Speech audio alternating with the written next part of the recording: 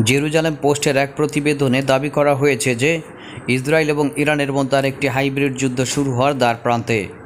Iran এমন ধরনের প্রস্তুতি নিতে শুরু করেছে যেখানে তারা প্রতিশোধমূলক হামলা চালাবে ইসরায়েলের স্বার্থে। বন্ধুরা, জেরুজালেম পোস্টের দাবি করা হয়েছে যে ইসরায়েলের একজন সামরিক গোয়েন্দা কর্মকর্তা অর্থাৎ ফরমার সামরিক গোয়েন্দা কর্মকর্তা এই বিষয়ে নিশ্চিত করেছে যে বর্তমান যে সকল লক্ষণগুলো দেখা যাচ্ছে সেই লক্ষণগুলো মূলত ইরানের একটি দীর্ঘমেয়াদী এবং স্থায়ী যুদ্ধের পরিকল্পনা এবং প্রস্তুতির ব্যাপারে পুরোপুরিভাবে আভাস পাওয়া যাচ্ছে। বর্তমানে যে ধরনের প্রস্তুতি গ্রহণ করছে ইরান, সেই প্রস্তুতিগুলো যদি আমরা একটু পর্যবেক্ষণ করি সেক্ষেত্রে ব্যাপারটি সামনে চলে আসে এবং ইরানের এই হামলাটি হবে প্রতিশোধমূলক। তবে আমার কাছে মনে হয় তিনি যে বক্তব্যটি দিয়েছেন এই হামলাটি ইরানের তরফ থেকে নয়, ইরান সম্ভবত আরও প্রতিরোধমূলক হামলাটি করছে। অর্থাৎ এই হাইব্রিড ভিত্তিক যুদ্ধের হামলাটি হতে পারে কোনো গোপন ভিত্তিক হামলা যেটি মূলত ইসরায়েলের তরফ থেকে আসতে পারে। এই ধরনের হামলা চালানোর জন্য ইসরায়েল পারঙ্গমত।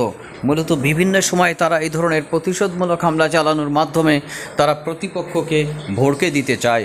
আর এই সকল হামলাগুলোই মূলত ইসরায়েলের এক প্রকার চাবিকাঠি এবং এই সকল হামলাগুলোকেই তারা তাদের আক্রমণের সম্পদ হিসেবে ব্যবহার করে থাকে।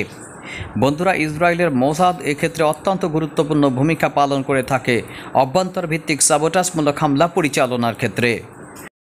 ইসরায়েলের একজন সাবেক গোয়েন্দা কর্মকর্তা যে বিষয়ে গবেষণাভিত্তিক তথ্য দিয়েছেন, তিনি বলেছেন ইরান ইতিমধ্যে হিজবুল্লাহকে পরিপূর্ণ যুদ্ধ এবং আক্রমণের নির্দেশ দিয়েছে। তবে এক্ষেত্রে কিছু বাধা রয়েছে তাদের জন্য। পূর্বে সিরিয়ার মাটি ব্যবহার করে তারা হিজবুল্লাহর কাছে প্রচুর পরিমাণে সমরাস্ত্র পাঠাতো ইসরায়েলের এগেনস্টে হামলা পরিচালনা করার জন্য। এক্ষেত্রে সিরিয়া ইসরায়েলের সাথে যুদ্ধ এবং ইসরায়েলের অভ্যন্তরে হামলা পরিচালনার ক্ষেত্রে হিজবুল্লাহর কাছে যে সকল সমরাস্ত্রের চালান ইরান মূলত পাঠাচ্ছে সেগুলোকে বাধা দিচ্ছে। সিরিয়ার আল সারা সরকার এখন ইসরায়েলের সাথে একটি স্থায়ী শান্তি চুক্তি করতে চায় এবং এই সদিচ্ছার প্রমাণ মেলে যখন ইরান কর্তৃক পাঠানো হিজবুল্লাহর কাছে এই সকল সমরাস্ত্রের চালান তারা সীমান্তে আটকে দেয়। সীমান্তে এই সকল চালানগুলো আটকে দেওয়ার ফলে ইসরায়েল এবং সিরিয়ার মধ্যে একটি কৌশলগত সম্পর্ক ভবিষ্যতে উন্নতি হওয়ার আভাস দেখা যাচ্ছে। বাশার আল আসাদ সরকার সিরিয়ার ক্ষমতা থাকার সময় মূলত ইরান তার পারপাস সার্ভ করত এবং বাশার আল আসাদ সরকারের মূল এজেন্ডাই ছিল সিরিয়া এবং ইরানের মধ্যে কৌশলগত সম্পর্কের ভিত্তি ঠিক রেখে ইসরায়েলকে চাপে রাখা। বাশার আল আসাদ সরকারের পতনের পর আল সারা সরকার এখন ইরানের এই সকল কার্যকলাপের সঙ্গী হচ্ছে না বা হতে চাচ্ছে না এবং তারা সঠিক প্রমাণিতভাবেই এই সকল অস্ত্রের চালানগুলো দিয়ে আটকে দিয়ে প্যালেস্টাইনের এই বিদ্রোহী গোষ্ঠীটির প্রতি তাদের সমর্থন আপাতত নাই সেটি তারা নিশ্চিত করছে এবং এ কারণেই ইরান চায় না আল সারা সরকার সিরিয়ায় ক্ষমতা থাকুক। সুতরাং ইসরায়েলের এই সামরিক কর্মকর্তা দাবি করেছেন ইরান চায় এই আল সারা সরকারকে ফেলে দিতে। এর কারণ হিসেবে তিনি উল্লেখ করেছেন যেহেতু তারা এই মুহূর্তে ইরান এবং এই বিদ্রোহী গোষ্ঠীটির পারপাস সার্ভ করছে না, সুতরাং ইরান সরকার কোনোভাবেই চায় না আল সারা সরকার এখানকার ক্ষমতায় থাকুক।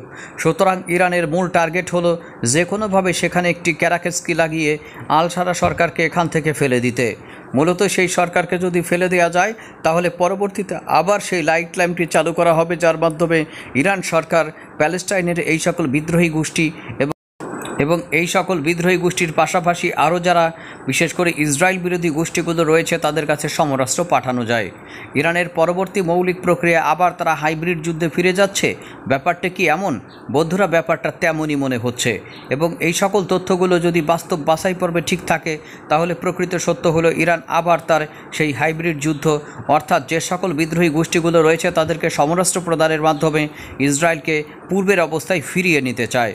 অর্থাৎ পূর্বের এই যুদ্ধের উদ্দেশ্য কী বন্ধুরা? সেক্ষেত্রে যদি একটা যুদ্ধ শুরু হয় বিশেষ করে ইসরায়েল এবং আমেরিকার সাথে ইরানের, এই শুধুমাত্র ইরানের দিক থেকেই চাপ যাবে তা নয়। ইরান এই মুহূর্তে চাচ্ছে আবারও যে সকল বিদ্রোহী গোষ্ঠীগুলো মূলত এক প্রকার ধ্বংসের কাছাকাছি পৌঁছে দিয়েছে ইসরায়েল এবং মার্কিন সহায়তার মাধ্যমে হামলা, মূলত সেই সকল গোষ্ঠীগুলো বিশেষ করে আপনার লেবাননের যে সকল বিদ্রোহী গোষ্ঠী রয়েছে তাদের এবং আপনার প্যালেস্টাইনের অভ্যন্তরে যে সকল স্বাধীনতাকামী বিদ্রোহী গোষ্ঠী রয়েছে তাদেরকে নতুনভাবে সুসংগঠিত করে সমরাস্ত্র প্রদানের মাধ্যমে সেখান দিয়ে একটি যুদ্ধের বহুমুখী ফ্রন্ট তৈরি করা, যেটি পূর্বে হতো।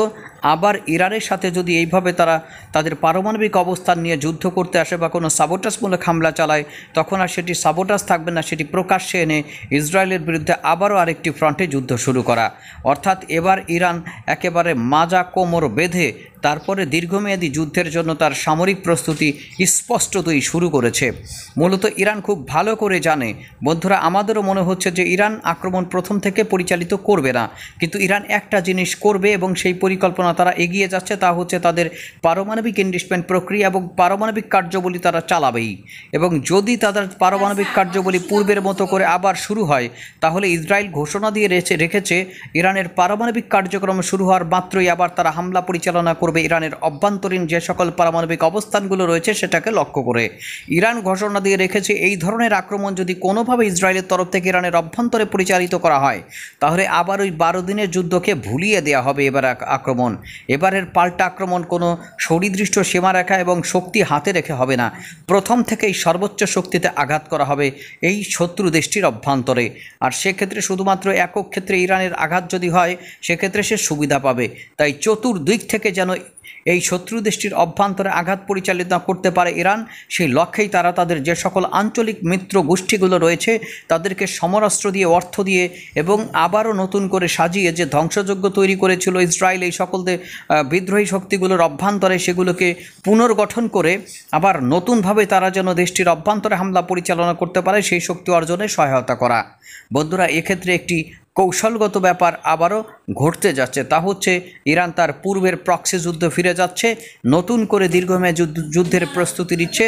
সেক্ষেত্রে তারা কোনো ভয় টয় ডর এক্ষেত্রে রাখছে না, মূলত তার পারমাণবিক ইনভেস্টমেন্ট প্রক্রিয়ার অধিকার ধরে রাখার জন্য, পশ্চিমাদের উপরে চাপ বৃদ্ধি করার জন্য, পার্শ্ববর্তী প্রতিবেশী রাষ্ট্রগুলোকে হুমকি তৈরির মাধ্যমে এমন ধরনের একটা অবস্থা তৈরি করতে চাচ্ছে যেন কোনোভাবেই ইরানকে এমন দুর্বল না ভাবে যে ইরান আঘাতের মাধ্যমে দুর্বল হয়ে গেছে।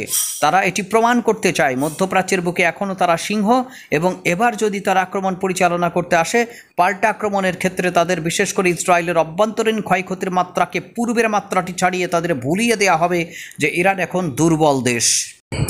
কিছুদিন পূর্বেই তারা আবার নৌমহড়া শুরু করেছিল এবং সেটি ছিল ব্যাপক এবং পরিসর ভিত্তিক।